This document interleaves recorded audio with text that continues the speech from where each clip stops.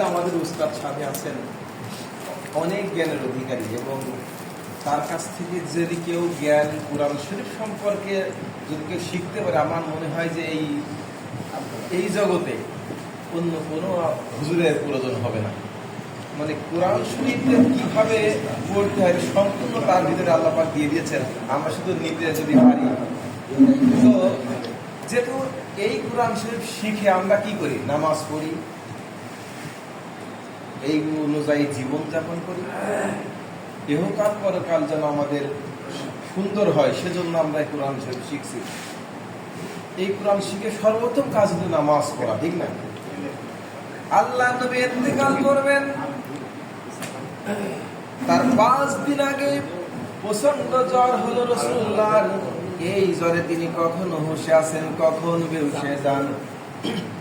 যেদিন তিনি ইন্তেকাল করবেন সেদিন তিনি মসজিদে নববীতে প্রবেশ করলেন, মেম্বারের উপরে দাঁড়িয়ে বললেন, আল্লাহ রাব্বুল আলামিন এই পৃথিবীতে তার এক বান্দাকে জাগতিক সব সম্পদ দিতে চেয়েছিলেন, কিন্তু সে বান্দা জাগতিক সব সম্পদ উপেক্ষা করে আল্লাহর সঙ্গে দেখা করা বেশি জরুরি, বেশি পছন্দ মনে করেছে। কেউ কিছু বলল না। হযরত আবু বকর কাঁদতে থাকলেন। সাহাবীরা বললেন, ইয়া রাসূলুল্লাহ, আপনি কার কথা বলেছেন? তাতে কাদার কি কারণ আছে? কিন্তু ভয় বৃদ্ধ, জ্ঞান বৃদ্ধ হযরত আবু বকর বুঝতে পেরেছেন এই পৃথিবীর সব সম্পদ তো আল্লাহ তার রাসূলকেই দিতে চেয়েছিলেন। তিনি সব সম্পদ উপেক্ষা করে তার মাবুদের সঙ্গে দেখা করবে, তার মানে হলো আল্লাহ নবী আমাদের ছেড়ে চলে যাবে, আমরা রাসূল থেকে এতিম হয়ে যাব। নবীজি ঘরের ভিতরে প্রবেশ করলেন, প্রচন্ড জ্বর এলো। এই জ্বরে তিনি কখনো হুঁশে আছেন, কখন বেহুশে যান। এর মধ্যে সারা আজান হয়ে গেছে। সাহাবীরা বহুক্ষণ অপেক্ষা করলেন রাসূলের পেছনে নামাজ পড়ার জন্য, কিন্তু যখন হুঁশ ফেলল না, সকলে মিলে সিদ্ধান্ত গ্রহণ করে হযরত আবু বকরের পিছনে নামাজ পড়তেছেন।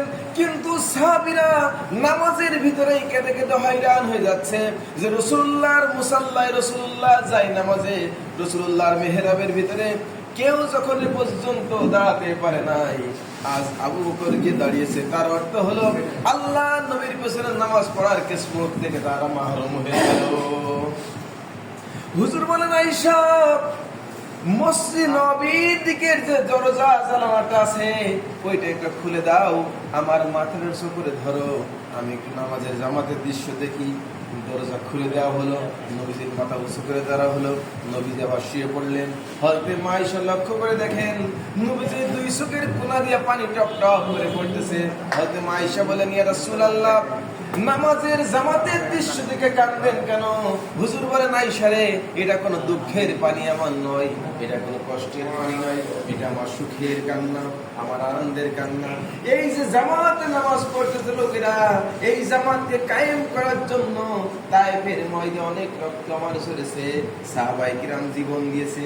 এই যে জামাত আমি দেখতে পেলাম, আমার মনে হলো এই পৃথিবীতে যত উম্মত আসবে তারা এইভাবে করে জামাতে নামাজ আদায় করবে। ধরে বলেন সুবহানাল্লাহ, সুবহানাল্লাহ, ওয়া মা তাওফীকি ইল্লা বিল্লাহ। আসসালামু আলাইকুম ওয়া রাহমাতুল্লাহ।